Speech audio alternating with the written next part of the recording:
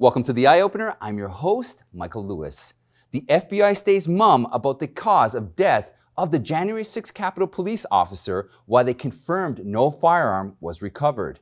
The Biden administration formally declares the U.S.-China relationship as the biggest geopolitical test of the century. So what will they do about it?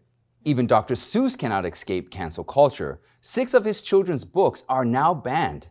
The once gold standard governor, Andrew Cuomo, is now being called to resign. Why did the Democrats turn against one of their own? Okay, my friends, let us take a closer look together.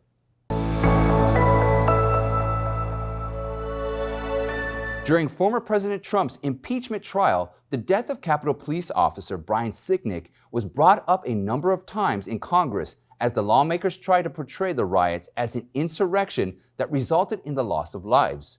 The New York Times initially reported that Sicknick was beaten by a pro-Trump supporter during the riots, but weeks after the January 6 breach, it updated the story saying new information has emerged that the cause of the officer's death might be something else.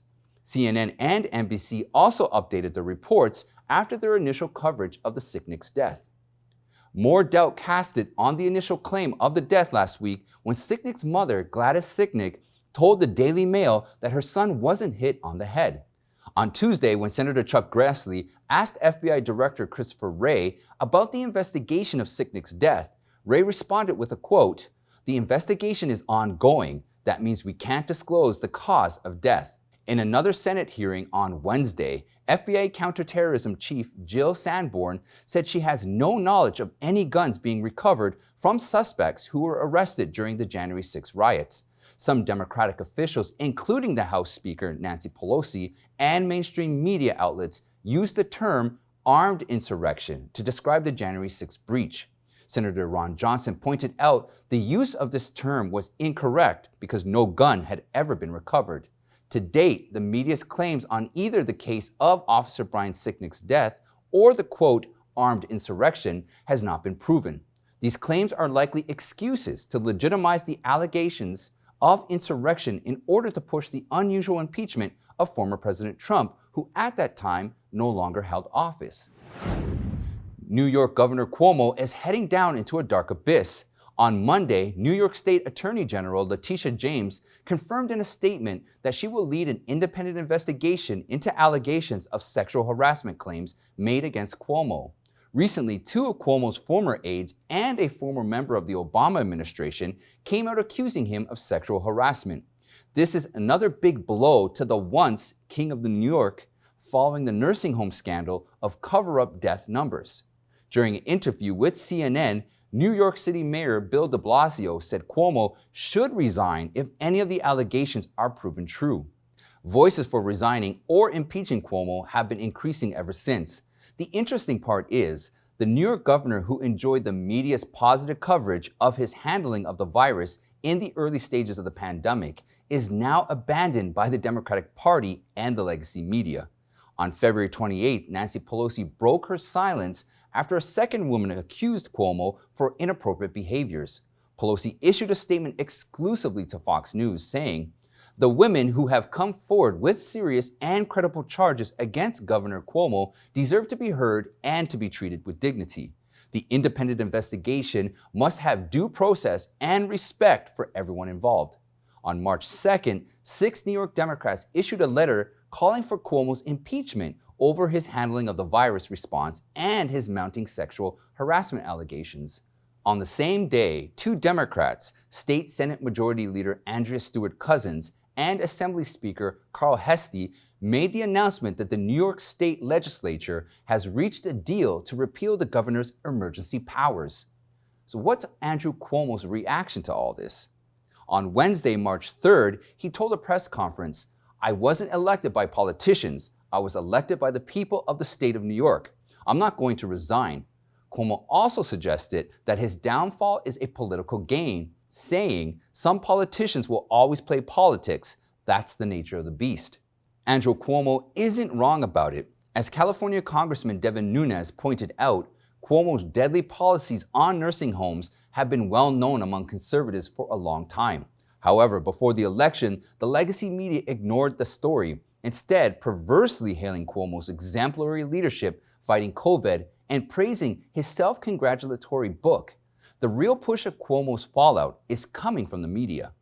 Lee Smith, a veteran journalist, said, "The New York governor once played a central part in the Signal project that consumed the efforts of the Democratic Party and its press partners from November 2016 to November 2020, pushing Donald Trump out of the White House. So Cuomo was protected by his party and its legacy media. But things changed. Today, Cuomo no longer has much value to the party. On the contrary, some ambitious Democrats have found him to be a threat, so the party has lifted its protection screen." Smith said Cuomo, once thought of as a potential commander-in-chief material, is now more likely to spend his days fending off federal prosecutors and sexual harassment suits. The story of the New York governor is a good warning to some other Democrat politicians. Last week, Monday, the Supreme Court tossed out a series of lawsuits challenging the 2020 election results. This Monday, they rejected Sidney Powell's remaining cases in Arizona and Wisconsin without explanation. However, on Tuesday, the Supreme Court accepted to hear a case brought by the Democratic Party about Arizona's restriction on ballot collection. Under Arizona's legislation, out-of-precinct voting is invalid, and no one other than the immediate family members, caretaker, or resident of the same home can help deliver an early ballot.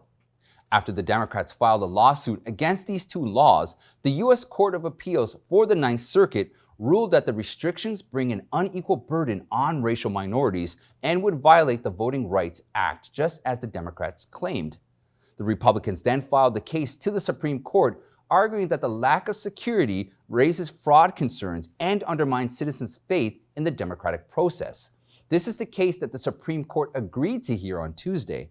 The Democrats already submitted a lawsuit requesting to modify these two laws back in 2016, but the district court ruled out their request, finding that the state's laws were not aimed at suppressing minority voters.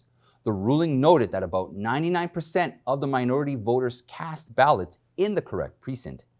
It's not clear why the Supreme Court would take up this case and refuse the other cases brought by the Republicans and Trump's campaign. The decision-making of the highest court in the past election cycle has undermined American people's faith in what is considered the country's last line of defense. Well, before we continue, I would once again like to thank all of you who have joined me on this journey.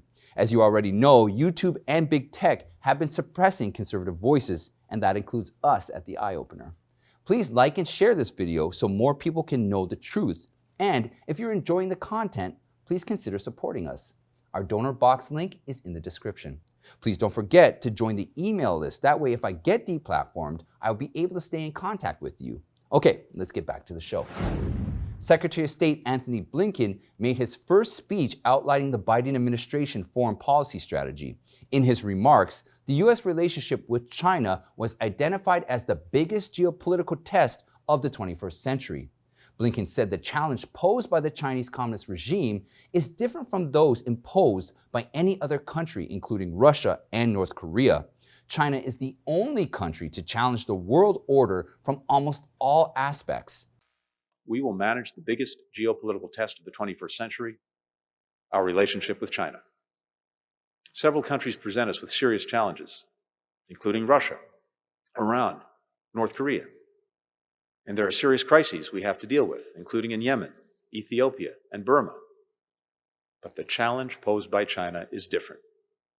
China is the only country with the economic, diplomatic, military, and technological power to seriously challenge the stable and open international system. All the rules, values, and relationships that make the world work the way we want it to.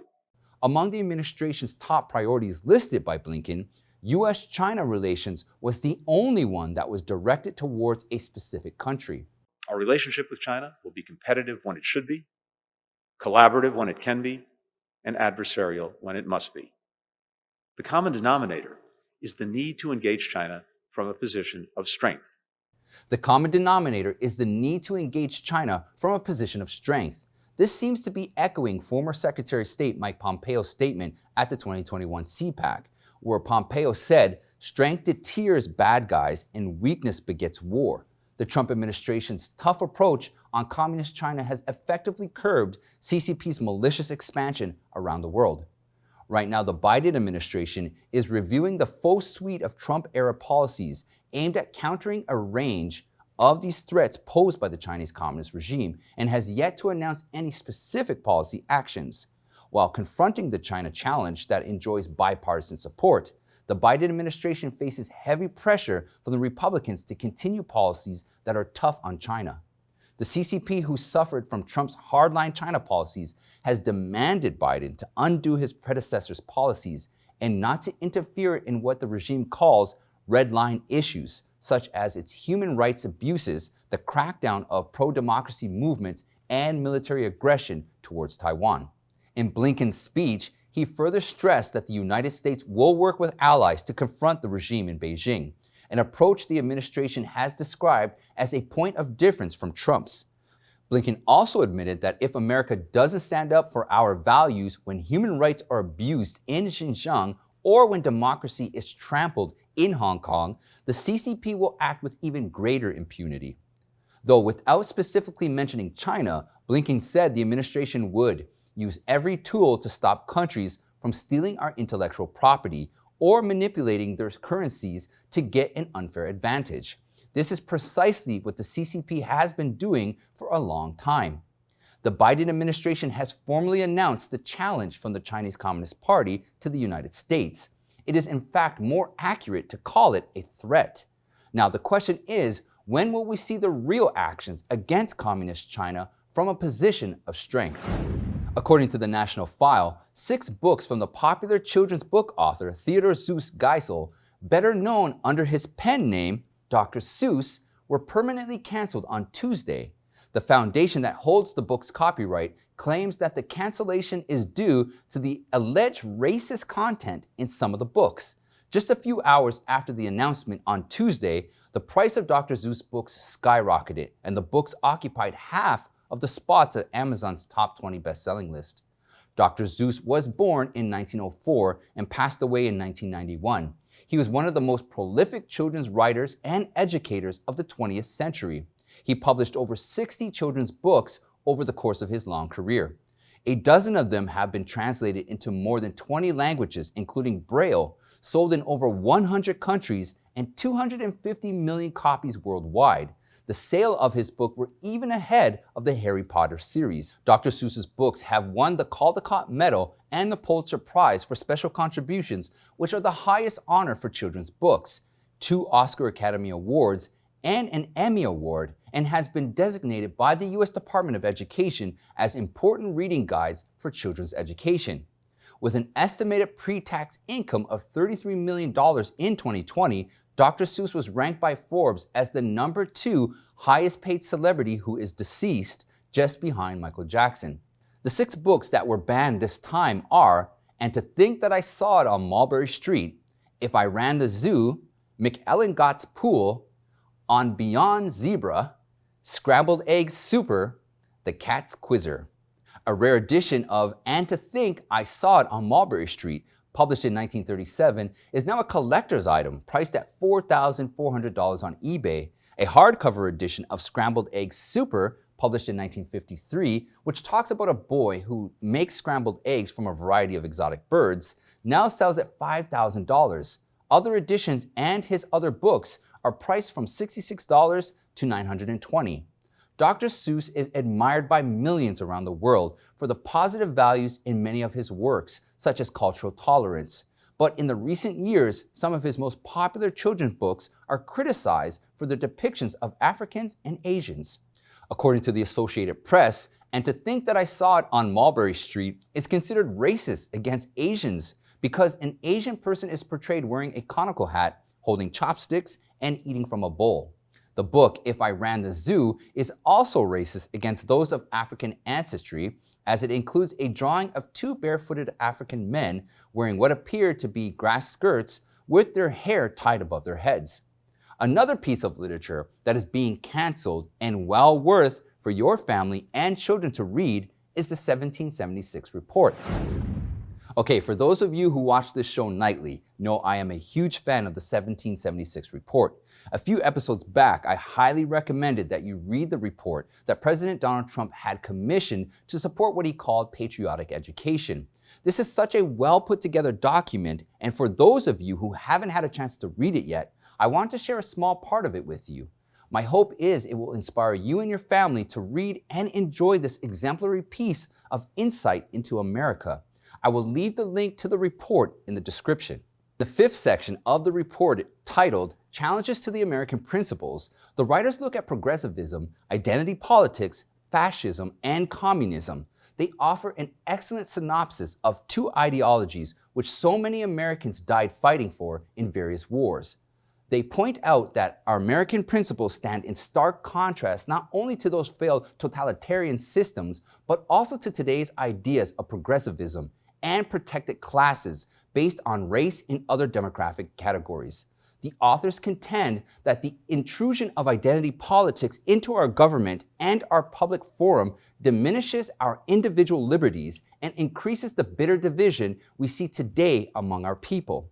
They also note the development of a vast American federal bureaucracy over the past century, of which they write, "This shadow government never faces elections and today operates largely without checks and balances.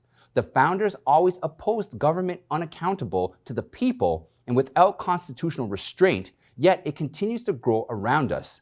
In his Breitbart article, Trump's 1776 report is a marvel. British writer and columnist James Delingpole wrote, "The 1776 report, produced by President Trump's advisory 1776 Commission, is a thing of such beauty, dignity, and scholarship that it makes me wish I were American and not British." Delingpole then highlighted this passage from the report.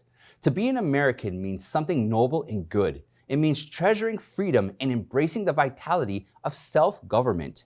We are shaped by the beauty, bounty, and wildness of our continent. We are united by the glory of our history, and we are distinguished by the American virtues of openness, honesty, optimism, determination, generosity, confidence, kindness, hard work, courage, and hope. Our principles did not create these virtues, but they laid the groundwork for them to grow and spread and forge America into the most just and glorious country in all of history." Near the end of the 1776 report, we find these words, "When we appreciate America for what she truly is, we know that our Declaration is worth preserving, our Constitution worth defending, and our fellow citizens worth loving, and our country worth fighting for." Well, that's it for today, my friends. Please like and share, and if you haven't yet, please subscribe. Check out these playlists right here for more eye-opening content. You can also follow me on Gab, Parler, and Telegram. Don't forget, please sign up to our email list so that we can stay in contact with each other. Thank you all, and I'll see you